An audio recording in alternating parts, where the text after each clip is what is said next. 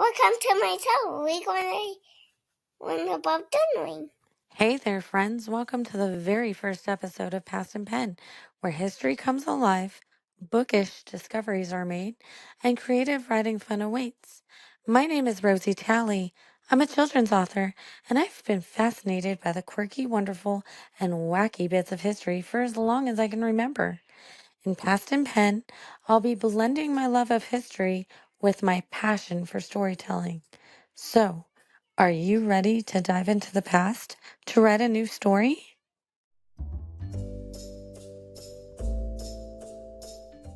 From the very dawn of time, people have felt the need to record their world.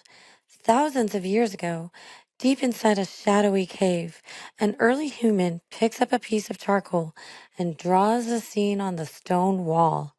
A hunt. A group of people gathered around a fire. A mysterious symbol. Whatever it was, it meant something. It was a message, a memory, a piece of their world captured forever. Fast forward a few thousand years, and instead of cave walls, people are scribbling on clay tablets, then parchment, then paper. The need to write things down never faded. It only grew stronger. One of the earliest known written records that has survived to this day is the Diary of Mur, a logbook from over 4,500 years ago, written by an ancient Egyptian inspector named Mur. This wasn't a personal diary like we would think of today, filled with thoughts and feelings. Instead, it was a record of hard work. Mur and his crew hauling massive limestone blocks from the Tura quarries to Giza, helping to build what we now know as the Great Pyramid of Khufu. Day after day, his log notes the same routine: sailing down the river, loading the stones, and transporting them to the construction site. It's a snapshot of what life was like thousands of years ago, preserved on delicate papyrus. Papyrus. Murr's diary might not be filled with emotions or deep reflections, but it gives us something just as powerful: a first-hand account of history in the making. It's proof that people, real everyday people, helped build the wonders that we still marvel at today. Through the centuries, people have recorded their lives in all sorts of ways: journals, chapbooks, and something called commonplace books. Chapbooks were tiny, inexpensive booklets packed with folk tales, rhymes, or even political ideas. Unlike personal diaries, these were made to be shared, passed around from person to person, spreading stories and knowledge far and wide. Commonplace books were a little bit different than journals. Instead of recording daily thoughts, they were like a scrapbook of wisdom, filled with quotes, poems, scientific discoveries, recipes, or really anything worth remembering. People collected ideas that inspired them, creating a personal vault of knowledge to revisit over and over again.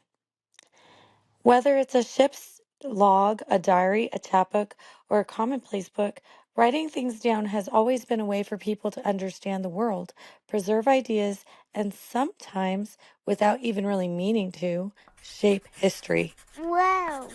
And that's what this podcast is all about: learning from the past, finding inspiration, and creating something new. So here's your first creative challenge: start your own mini commonplace book. Grab any notebook and fill it with the things that make you go, whoa, that's awesome. It could be a fact you learned today, a line from a book you love, or even just a joke that makes you laugh so hard that you snort. And here's the best part: this is also where you can write down all of your answers to the creative writing prompts I'll give you from this show. It's your very own time capsule, capturing what matters to you. And speaking of inspiration, here's some books to help you discover the power of recording history. The Literary Life Kids Commonplace Book. This is a great guide to creating your own commonplace book. The Diary of a Young Girl by Anne Frank. This is a powerful example of how writing can preserve history in a deeply personal way. The Invention of Hugo Cabret by Brian Selznick. It's a mix of drawings, notes, and storytelling, and it shows that books can hold more than just words. Amelia's Notebook by Marissa Moss. It's written in a fun journal scrapbook style, and it's about capturing the thoughts and sketches of a young girl. Dear Mr. Henshaw by Beverly Cleary. It's a heartfelt story told through letters and diary entries.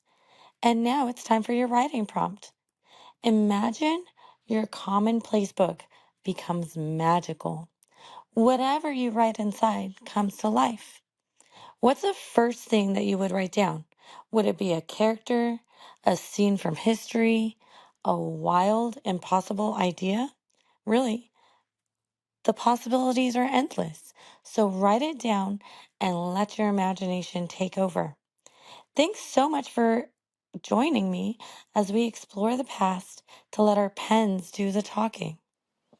If you're watching on YouTube, don't forget to hit that thumbs up button or leave a comment. I love hearing from you. If you're listening on your favorite podcast app, leave a review. It helps more curious minds like yours discover the show. For those tuning in without watching, you can find a picture of Murr's diary on my website. The link's in the show notes. Plus, if you want to dive deeper, you'll find sources, the reading list, and the writing prompt there too.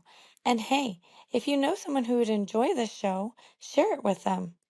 New episodes drop every other Tuesday at 4 p.m., so mark your sundials, set your hourglasses, or just let history repeat itself and tune in.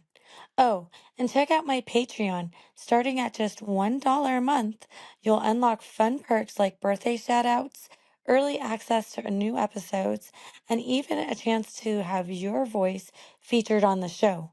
Each month, you'll receive a new password to use on my website where you can record your answer to the question of the month. This month's question is, if you could travel back in time to any historical period, where would you go and why?